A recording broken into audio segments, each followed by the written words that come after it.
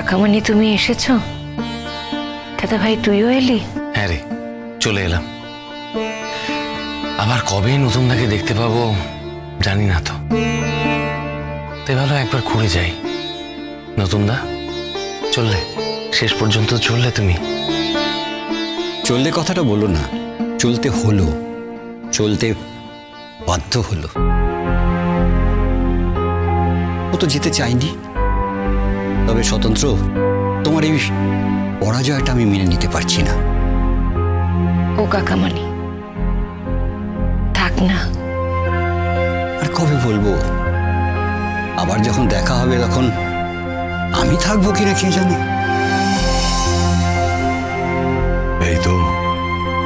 এই তো সেন্টিমেন্টাল কথা বলতে আরম্ভ করে দিয়েছেন। কোথায় আপনার কাছ থেকে আমরা ইন্সপায়ার্ড হই, আপনি এরকম এই বয়সে টকবকে ঘোড়ার মতন ছুটছেন। আপনাকে দেখলে বোঝা যায় বয়স ইজ জাস্ট আ নাম্বার।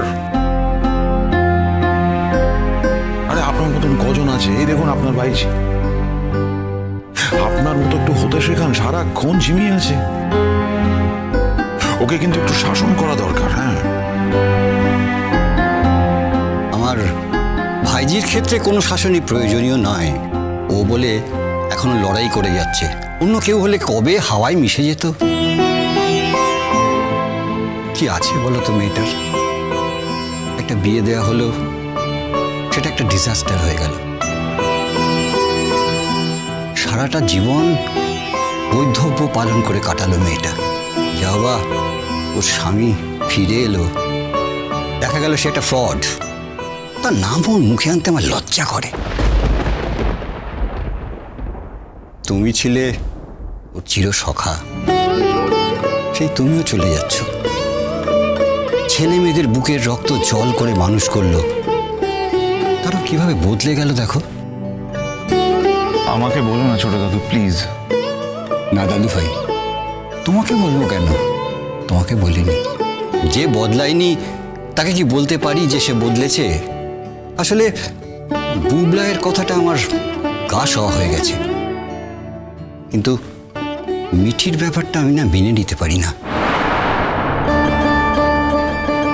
কি পেলো বলো তো মেয়েটা? শুধুই শূন্য। তবু তুমি যদি থেকে যেতে। সত্যি সত্যি নতুনদা, অ্যাটলিস্ট তুমি যদি থাকতে। আমি জানি কোন সিচুয়েশনে কিভাবে তোমাকে চলে যেতে হচ্ছে, আমি জানি সেটা। যেমন তো আমি আবার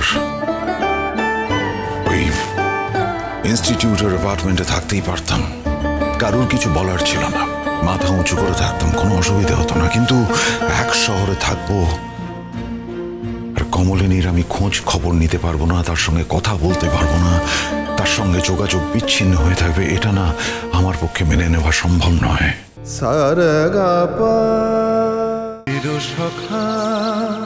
চিরসখা সোম থেকে রবি প্রতিদিন রাত ৯টায় স্টার জলসায় ও জিও হটস্টারে।